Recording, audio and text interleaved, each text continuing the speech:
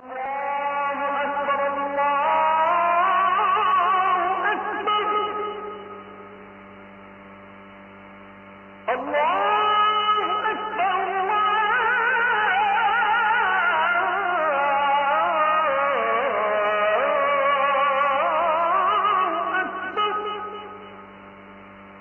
দেখলাম আমেরিকার বিভিন্ন স্টেটে লক্ষ লক্ষ মানুষ রাস্তায় নেমে গেছে।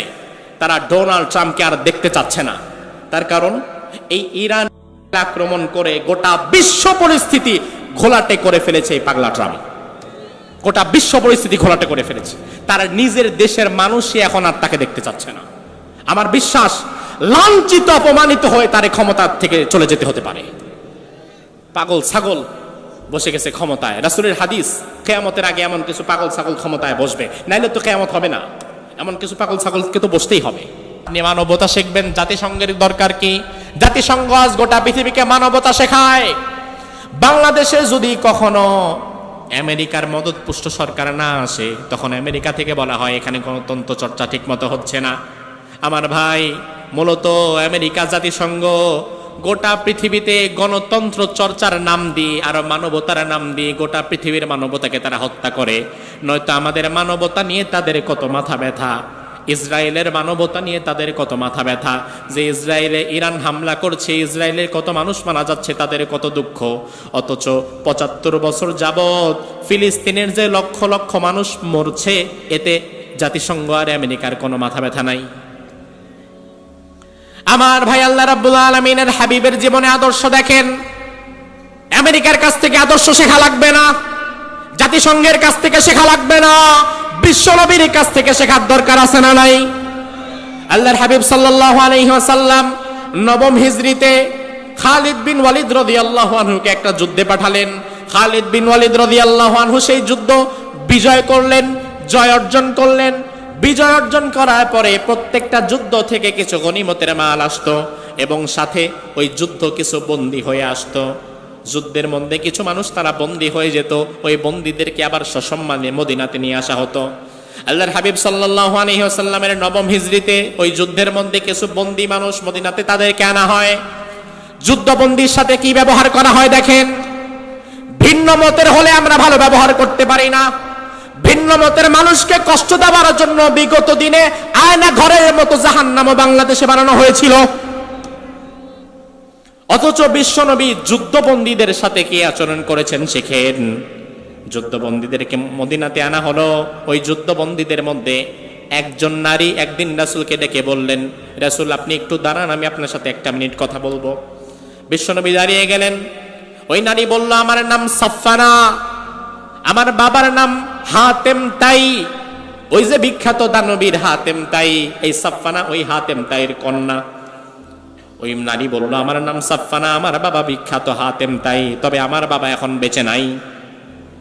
আমার গার্ডিয়ান হচ্ছে আমার ভাই আদি বিন হাতেম। আমি এই যুদ্ধে বন্দী হয়ে গেছি, আমি একজন খ্রিস্টান, আমি এখানে থাকতে পারছি না, আমার কষ্ট হচ্ছে, থাকা খাওয়ার কষ্ট হচ্ছে। আমি আমার ভাই আদি বিন হাতেমের কাছে যেতে চাই, আপনি ব্যবস্থা করে দেন। আল্লাহর হাবিব সাল্লাল্লাহু আলাইহি ওয়াসাল্লাম বললেন, সাফফানা অবশ্যই তোমার ভাইয়ের কাছে পাঠিয়ে দেব, তবে তুমি একজন নারী, একাকী তোমাকে আমি ছাড়তে পারি না, বরং তুমি একজন গাইড খোঁজো, যে ব্যক্তি তোমার সহি সালামতে তোমার ভাইয়ের কাছে পৌঁছে দিবে এমন একজনকে খুঁজে বের করো। কয়েকদিন পরে সাফফানা আবার রাসূলকে ডেকে বলে, ইয়া রাসূলুল্লাহ আমি একজন গাইড খুঁজে পেয়েছি, এবার আমি আমার ভাই আদি বিন হাতেমের কাছে যেতে চাই। বিশ্বনবী এবার বললেন, যাও সাফফানা, তোমাকে মুক্ত করে দিলাম, বন্দিশালায় তোমার থাকা দরকার নেই, তুমি বের হয়ে আসো। সাফফানা বের হয়ে আসলেন। আল্লাহর হাবিব বললেন, সাফফানা বহু দূরের পথ তুমি একা একা যাবা, আমি নবীর কাছে তোমার দেওয়ার মতো এখন আর তেমন কিছুই নাই, তবে সাফফানা আমি আমার গায়ের চাদরটা তোমারে দিয়ে দিলাম, এই চাদরটা তোমার গায়ে পেঁচায়া এরপরে তুমি তোমার রাস্তা অতিক্রম করবা। সাফফানা একজন যুদ্ধবন্দী নারী। যুদ্ধবন্দী নারীর সাথে বিশ্বনবী যে ব্যবহার করেছেন, ফিলিস্তিনের লক্ষ লক্ষ মানুষের সঙ্গে ইসরায়েল এবং আমেরিকা সেই ব্যবহার করতে পারে নাই। অথচ তারা একটা স্বাধীন ভূখণ্ড, যুদ্ধবন্দীও না। স্বাধীন ভূখণ্ডের মানুষের উপরে এত বড় নির্যাতন যারা চালায়, তারা কোনোদিন মানবতাবাদী হতে পারে না, বরং গোটা পৃথিবীতে জঙ্গিবাদের মূল কারখানাই হচ্ছে আমেরিকা। ডোনাল্ড ট্রাম্প গোটা পৃথিবীতে শান্তির বুলিয়া ওড়ায় যে আমরা ভেনেজুয়েলার প্রেসিডেন্টকে ধরে নিয়ে গেছি।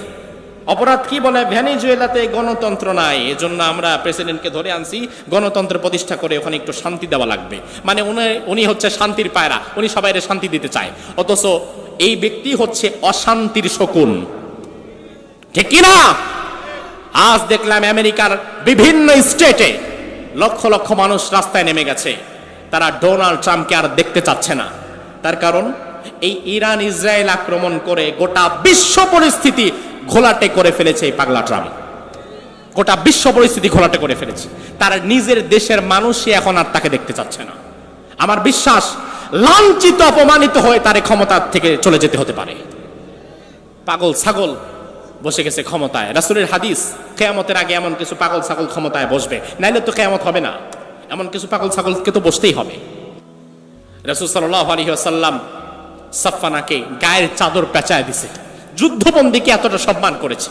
আহারে, ফিলিস্তিনের মানুষের দুঃখ দুর্দশা কষ্ট দেখার মতো কেউ নাই। আমি এই রমাদানের আগের রমাদানে ফিলিস্তিনের কাছাকাছি ছিলাম। মিশরের বর্ডারের পাশেই হচ্ছে ফিলিস্তিন।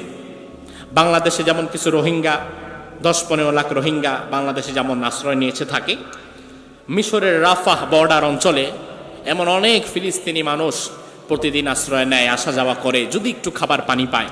এই রমাদানের আগের রমজানে আমি সেখানে ছিলাম, 7 দিন ছিলাম। হাজার হাজার ফিলিস্তিনি ভাইদেরকে ইফতার করানোর মতো কিছু সুযোগ হয়েছিল। সেখানে আমি দেখলাম এমন অসংখ্য মানুষ, কারো হাত নাই, কারো পা নাই, বিকলাঙ্গ হয়ে আছে। খাবারের অপেক্ষায় তারা সেই বর্ডার অঞ্চলে পড়ে আছে। এমন হাজার হাজার শিশু বাচ্চা দেখলাম, 1000 শিশু বাচ্চা, তাদের বয়স 2 থেকে নিয়ে 5 বছর। এতটা চমৎকার সুন্দর ওই মানুষগুলো, বাই নেচারই খুব সুন্দর। ক্ষুধার যন্ত্রণা কতটা তীব্র রে ভাই! এই রমাদানেও যাওয়ার কথা ছিল, এই বিশ্ব পরিস্থিতির কারণে ভিসা থাকার পরও আর যেতে পারি নাই। দোয়া করবেন আল্লাহ তাআলা যেন পরবর্তীতে আবার সেখানে যাওয়ার তৌফিক দান করে, বলি আমিন। তো সাফফানা তার ভাইয়ের কাছে চলে গেছে, আদি বিন হাতেমের কাছে চলে গেছে। তার ভাই তো দেখা অবাক, আরে তুমি না যুদ্ধবন্দী হইছো, আমি তো ভাবছি তোমার সাথে আর জীবনে কোনোদিন দেখা হবে না, তোমার মোহাম্মদ মেরেই ফেলবে। ওই নারী এসে বলল, ভাই রে, মোহাম্মদ তো সাধারণ মানুষ না ভাই, এই যে এতদিন ছিলাম সে আমার দিকে একবার তাকায়ও নাই, একটা টাচও করে নাই, আমার থাকা খাওয়ার সম্মানের ব্যবস্থা করেছে। আজ আসার সময় আমার সাথে একজন গাইড ব্যবস্থা করে দিয়েছে। শুধু তাই না, তার পরনের একটা চাদর আমার গায়ে জড়িয়ে দিয়েছে।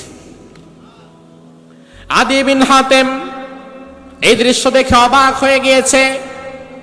আবার আদি বিন হাতেম দেরি না করে অতি দ্রুত মদিনায় চলে এসেছে।